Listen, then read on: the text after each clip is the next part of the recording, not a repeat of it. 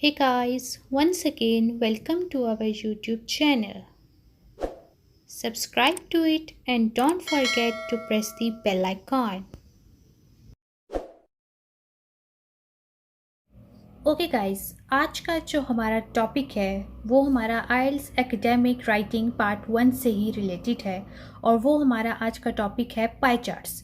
बहुत सारे स्टूडेंट्स को इसमें भी कन्फ्यूजन होती है और इवन मुझे ख़ुद भी इसमें बहुत ज़्यादा कन्फ्यूजन होती थी, क्योंकि हम जब भी राइटिंग टास्क 1 को की प्रिपरेशन कर रहे होते हैं तो हमारा यही आइडिया होता है कि it's just like some process diagrams, maps या फिर कोई ग्राफ्स होंगे जैसे कंपैरेटिव ग्राफ्स या फिर ग्राफ्स विद ए ट्रेंड।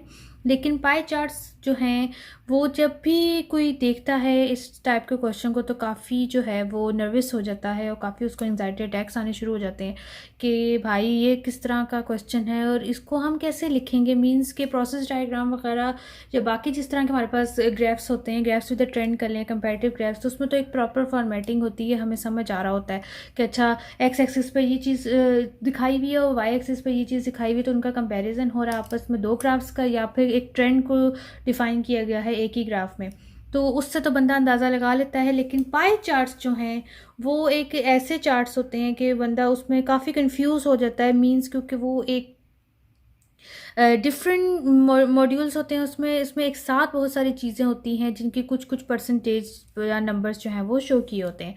तो आज मैं आपको इसको सॉल्व करने का प्रॉपर मेथड और इसकी जो सीक्रेट टिप्स हैं, जो इसकी प्रॉपर फॉर्मेटिंग है जिससे आपका बैंड जो है वो बूस्ट करे और आपका पाई चार्ट्स का क्वेश्चन भी अगर आए राइटिंग टास्क 1 में तो आप उसे भी अच्छे से सॉल्व कर लें।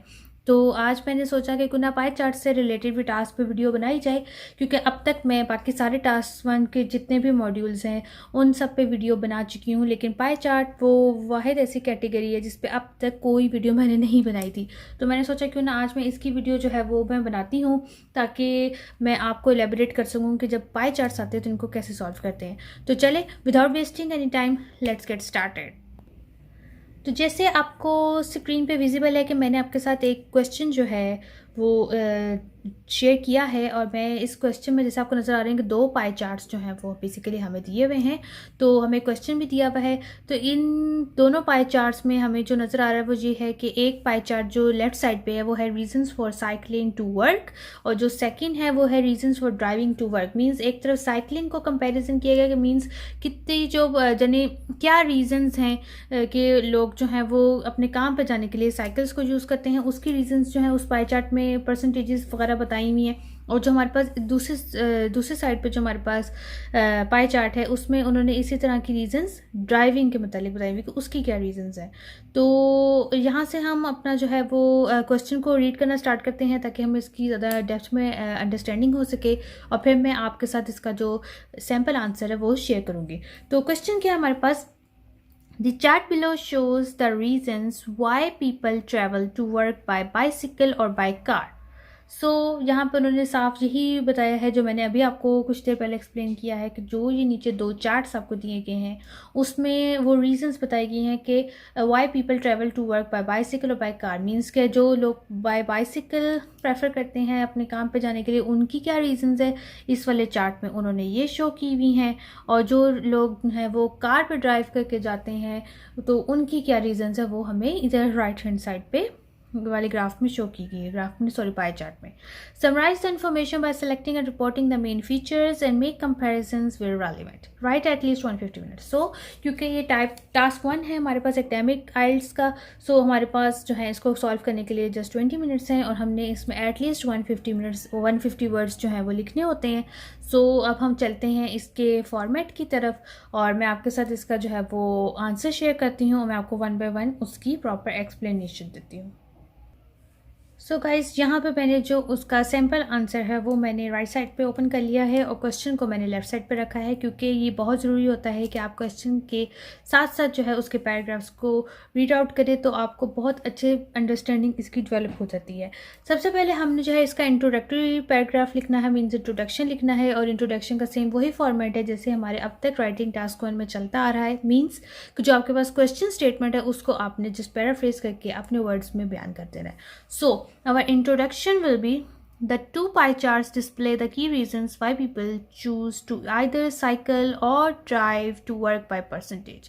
So वही बात उसने अपने लफ्ज़ों में बयान कर दी. मीन्स क्वेश्चन उसने कहा था the chart below shows the reasons why people travel to work by bicycle or by car. So यहाँ उसने उसी को थोड़ा सा घुमा फिरा के कह दिया कि the two pie charts display the key reasons why people choose to either cycle or drive to work by percentage. So यहाँ पे हमारा इंट्रोडक्टरी पैराग्राफ जो है वो हो गया है कंप्लीट. तो अब हमने बात करनी है हमारा नेक्स्ट जो टॉपिक है जो कि होता है ओवरव्यू पैराग्राफ. ओके गाइस, अब हमने बात करनी है ओवरव्यू पैराग्राफ की. और ओवरव्यू पैराग्राफ में जैसे आपको मैंने हर दफ़ा बताया है, जो भी मैंने आपको राइटिंग टास्क 1 में टाइप बताई है कि ओवरव्यू पैराग्राफ में आपने एग्जैक्ट परसेंटेजेस या एग्जैक्ट नंबर्स को इस्तेमाल नहीं करना होता. आपने जस्ट उसकी जो यानी आप एक कह लो कि एक तरह का overview means idea, main idea देना होता है आपने कि आपने बात करनी होती है कि हमारे पास ये चीज़ ज़्यादा देखने में आ रही है, वो चीज़ कम देखने में आ रही है, या वो देखने में ही नहीं आ रही है, इसकी कोई हमें इस तरह का आइडिया नहीं हो रहा. सो आपने इस तरह की बात करनी होती है, कोई एग्जैक्ट परसेंटेज उसमें मेंशन नहीं करनी होती. सो अब हम चलते हैं इसके ओवरव्यू पैराग्राफ की तरफ. मैं इसको थोड़ा सा जूम इन गाइस अगर कर दूँ तो फिर ये आपको ज़रा अच्छा नज़र तो आ जाए, बट ये यहाँ से कट होना शुरू हो जाता है. सो हम इसको यूँ कर लेते हैं. The largest proportion of people who cycle have made this choice for health and environmental reasons. So उसने ये बात कहाँ से की है? उसने ये बात इस ग्राफ को इस पाई चार्ट को, ग्राफ्स कह के आदत होगी है, इस पाई चार्ट को देख के की है. क्योंकि यहाँ पे अगर आप देखें तो सबसे ज़्यादा प्रोपोर्शन जो है वो हेल्थ एंड फिटनेस का है, देन उसी जितना ही जो है वो लेस पोल्यूशन का है. सो उसने इस चीज़ को थोड़ा सा सिनोनिम्स यूज़ किए हैं उसने कि the largest proportion of people who cycle have made this choice for health and environmental reason. So उसने पोल्यूशन के लिए, लेस पोल्यूशन के लिए एनवायरमेंटल रीजन्स का वर्ड जो है वो यूज़ किया. Whilst the prime advantage of driving to work is considered to be the comfort of traveling by car. So अब वो इसकी तरफ आ गया कि यहाँ पे सबसे ज़्यादा जो हमारे पास परसेंटेज है वो कंफर्ट की है. सो उसने इस चीज़ को ऐसे बयान किया है. Notably, for an almost equal proportion of people, their chosen method is the fastest. ये उसने किसकी बात की है? ये उसने फास्टेस्ट मेथड की बात की है कि यहाँ पे अगर आप देखें तो उसने फास्टर देन ड्राइविंग का जो जब उसने किया है सिलेक्ट, तो वो आ रहा है 13%. और यहाँ पे अगर उसने फास्टर देन साइकिलिंग का किया है तो वो भी आ रहा है 14%. सो उसने इस चीज़ की यहाँ पे बात की है कि इक्वल प्रोपोर्शन जो पीपल्स का मीन्स एक तरफ 13% है, एक तरफ 14% है. For an almost equal proportion of people their chosen method is the fastest. So यहाँ पे हमारा ओवरव्यू पैराग्राफ हो गया complete. Now we are heading towards our body paragraphs. First of all body paragraph 1 and then the rest of the remaining information will be given in the body paragraph 2. So our first body paragraph will be taken together health and fitness and less pollution are reasons given by over half of all people who prefer traveling by bike. So यहाँ पे ये दोनों अगर आप इनको combine कर ले means 30% ने हेल्थ एंड फिटनेस को जो है वो प्रेफर किया है, रीज़न दी है, और 30% ने ही लेस पोल्यूशन को. तो 30 + 30 means 60 and 60 is greater than the rest of the percentages means 40%. So यहाँ पर उसने यही बात की है taken together health and fitness and less pollution are reasons given by over half of all people who prefer travelling by bike. Each represents a 30% portion which is double the next most popular reason, which is a lack of parking issues at 15%. So no parking problems means ये 15% है. सो यहाँ पे उसने सिर्फ इसी एक chart की जो एक्सप्लेनेशन है उसने इसको यहाँ पे बहुत अच्छे से उसने ज़ाहिर किया है. और इन हेल्पिंग वर्ड्स का अपना खासा ख्याल रखना है. जैसे टेकन टुगेदर की बात की है उसने, यहाँ पे ऊपर उसने नोटेबली की बात की थी, और the two pie charts display की बात की थी. तो ये जो आपके हेल्पिंग वर्ड्स हैं ये आपने लाजमन यूज़ करने हैं. Now we are moving towards our body paragraph 2. A different set of concerns has affected the decision of those who choose to commute by car. Means reasons for driving to work. अब वो इस chart के मुतालिक बात कर रहा है. Comfort is by far the most significant factor at 40% of people. So यहाँ पे सबसे ज़्यादा हमारे पास comfort की जो है वो रेशो आ रही है. But distance to work is an important concern for just over a fifth of drivers. So यहाँ पे डिस्टेंस टू वर्क जो है वो जस्ट 21% है यहाँ पे. तो उसने इसकी बात की है. For 14% of people a faster journey time is the key factor compare to a figure of 12% cyclist who find their means of transport quicker. यहाँ पे जो है ये जो उसने लास्ट लाइन पे बात की है, जो उसने इसके मतलब की है, जो यहाँ पे फास्टर दैन ड्राइविंग की रीज़न हमारे पास आ रही है 12%, और हमारे पास जहाँ जो फास्टर दैन साइकिलिंग की परसेंटेज आ रही है वो आ रही है 14%। सो उसने इसकी बात की है कि साइकिलिस्ट जो हैं वो 12% के गिर्द जो है वो इसको फास्टर वे समझते हैं कि वो गाड़ी से जल्दी आ जाएंगे। ज़ाहिर बात है गाड़ी है तो फिर रश भी ज़्यादा होता है, ट्रैफिक जैम एक्सेट्रा, तो बहुत सारे मसले मसाइल आ जाते हैं, कभी कभी गाड़ी ख़राब भी हो जाती है अल्लाह के फजल से। तो इसलिए उसने कहा है कि जो साइकिलिंग वाले हैं वो कहते हैं कि हाँ, यानी 12% ने इस चीज़ को ज़्यादा जो है वो पसंद किया है कि साइकिल जो है वो जल्दी है एज़ कम्पेयर टू कार, जबकि गाड़ियों वालों से जब इसके मुतालिक रीज़न ली थी है तो उन्होंने 14% इस चीज़ को जो है वो कहा है कि नहीं, गाड़ी जो है वो जल्दी पहुंच जाती है एज़ कम्पेयर टू साइकिल।